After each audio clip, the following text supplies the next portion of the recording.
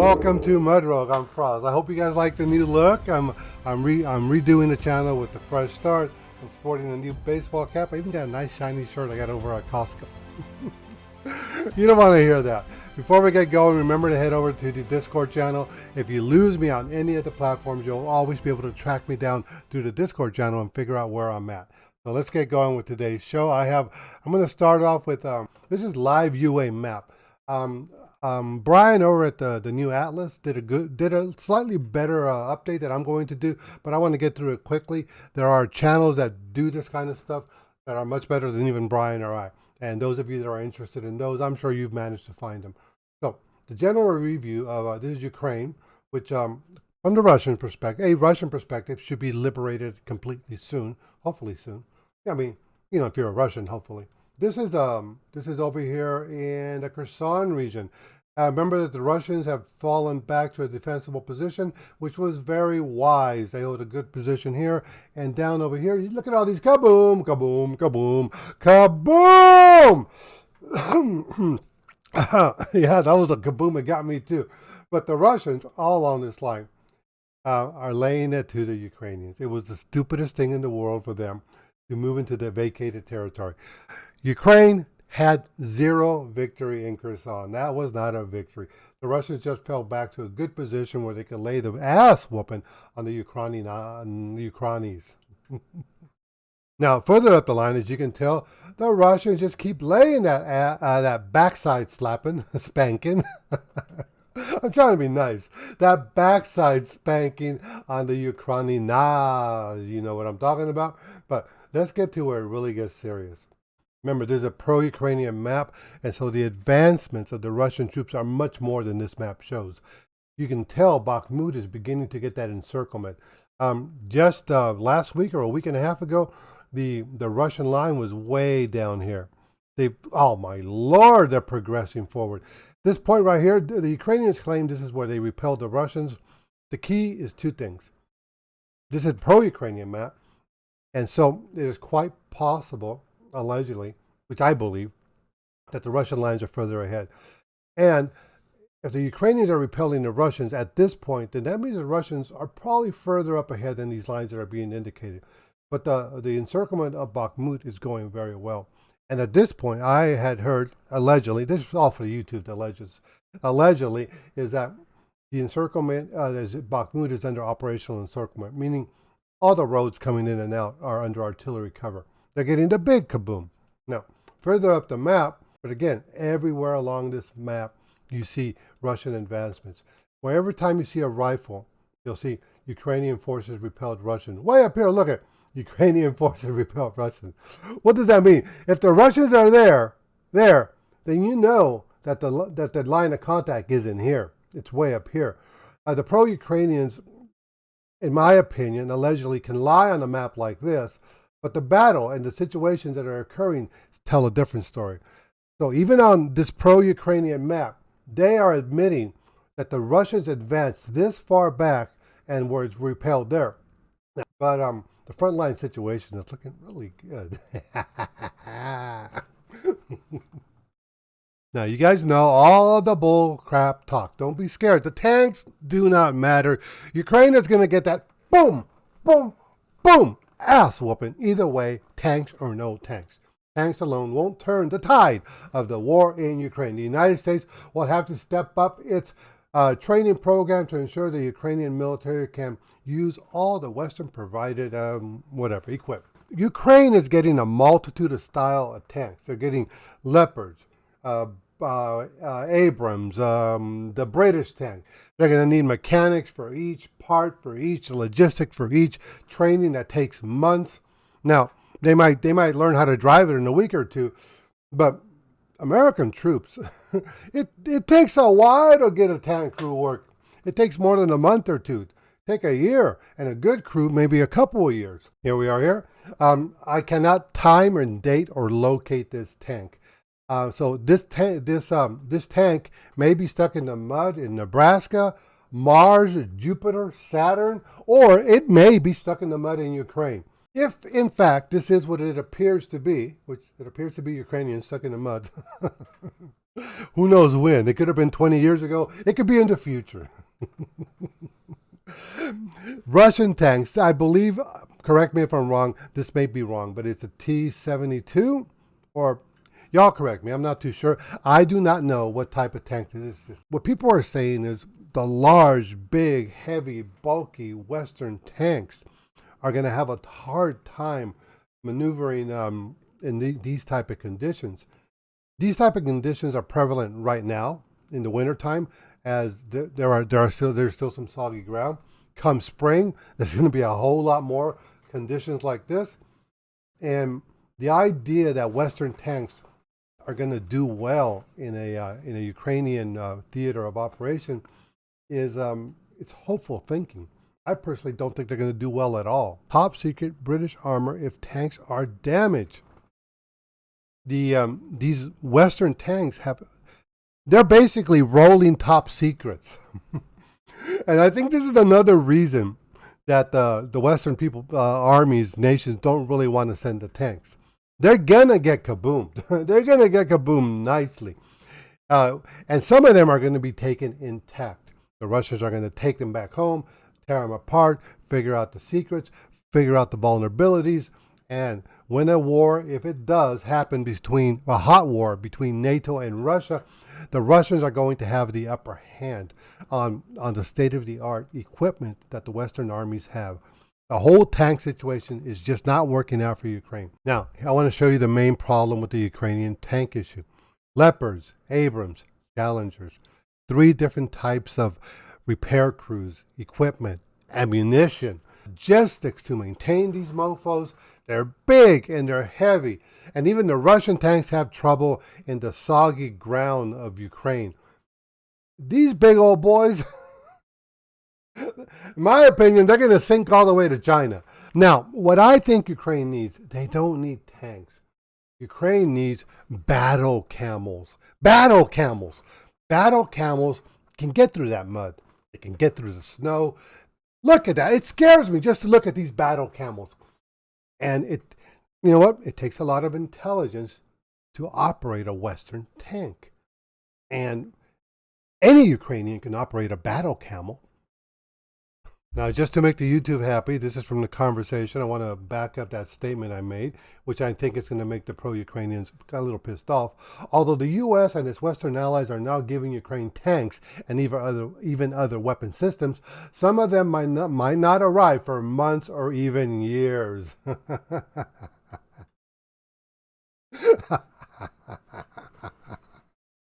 Years. Yeah, you wait on that tank, all right? You just wait. It's coming. Now we're going to go back to our favorite pro-Ukrainian reporter. The one thing about Julian Rupchik is that he's a propagandist, but he's a realist.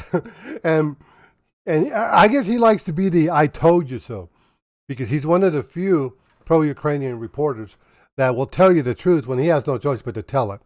Most pro-Ukrainians and pro-Ukrainian reporters, they keep their head in the sand the whole time.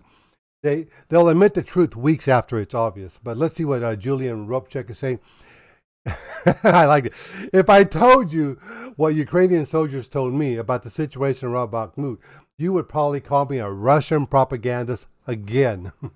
The pro-Ukrainians don't want to hear the truth. So they're constantly calling him a propagandist, and he's constantly proving them wrong. He's basically telling them what I tell you guys all the time. And people call me a propagandist for telling the truth. So I won't go into details, but let you watch things evolve on the ground. I think the trend is clear to everyone with a clear mind. So he's telling them, I'm not going to tell you what's going on. But here you got Wagner troops, I can't read it, in front of a town, obviously, or implying, not obviously, but implying that they took the town.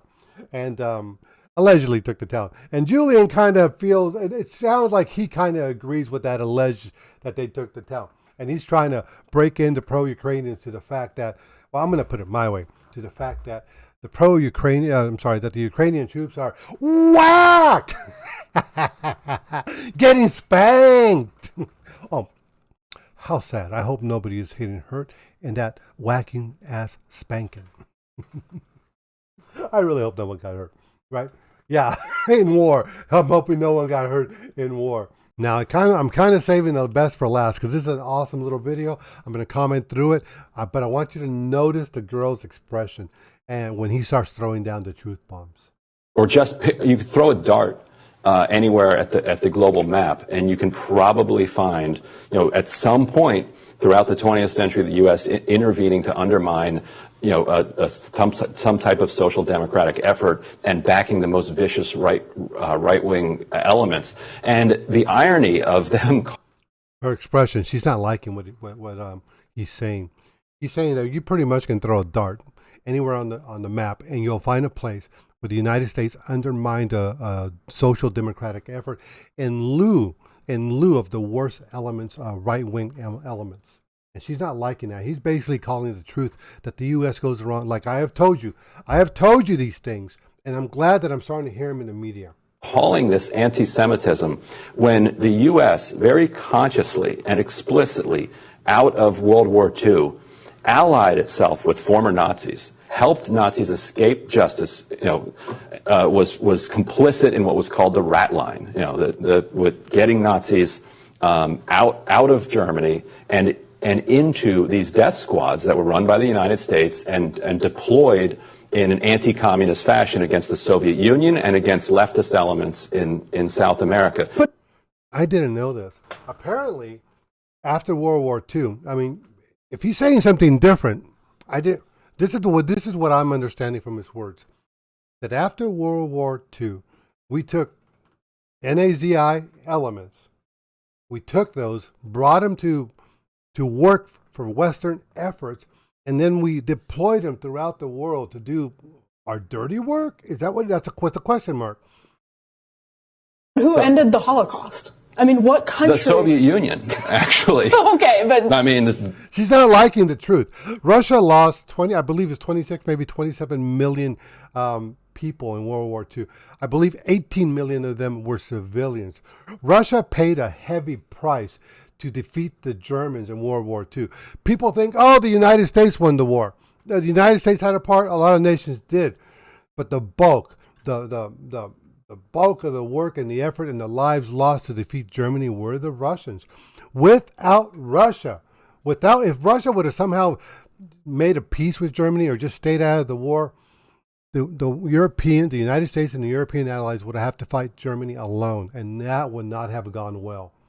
The Soviet Union did that. No, I mean, we walked Union... in after the Russians had suffered 20+ million casualties and marched into Germany. Sure, but without the United States' intervention, a heck of a lot more people would have died in that atrocity. Yes, and I'm glad the Soviet Union and the United States allied to beat Nazi Germany, but the Nazi Germany, the Nazis themselves then allied with the United States to go after the Soviet. She's not liking it.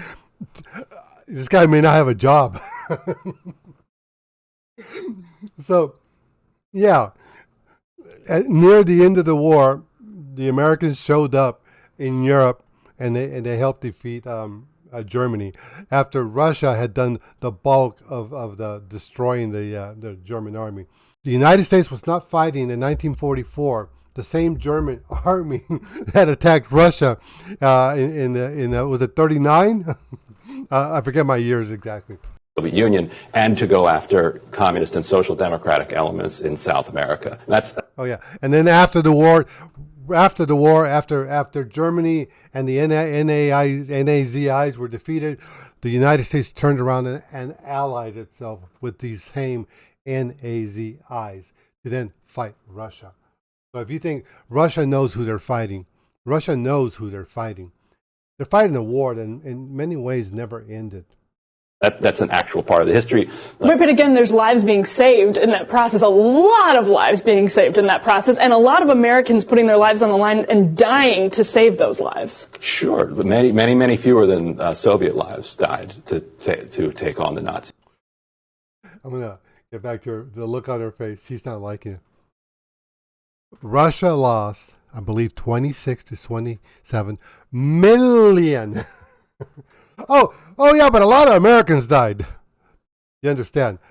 27 to 26 million Russians died. The Allied casualties in the West, they just pale in comparison. They're nothing. They are nothing in comparison to the price that Russia paid.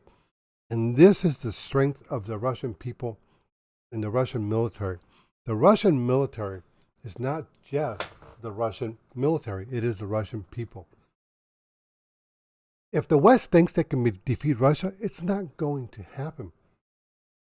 If you actually do drive the Russian military back to the gates of Moscow, like the Germans did back in World War II, the more you drive back the Russians, the more the mass population, grandmothers, grandfathers, little children, old people, it doesn't matter. The entire nation rises up. Russia is a nation of 100 and something million people. You fight them all. And they wear you down. They're willing to lose. Back then, they were willing to lose 26 million people. I venture to say they're willing to lose 50 million people today. And the remaining Russians are going to steamroll. If you do that to them, they are going to steamroll all the way to the Atlantic Ocean. But of course, nuclear war would hit before that. As it all falls apart, the Europeans would begin to panic. They would stop shooting off the big nukes, and the whole game would be over. Anyways, I'm going long on the video. Thank you for watching today. I hope you liked the new formatted Mud Rogue show. Y'all take care.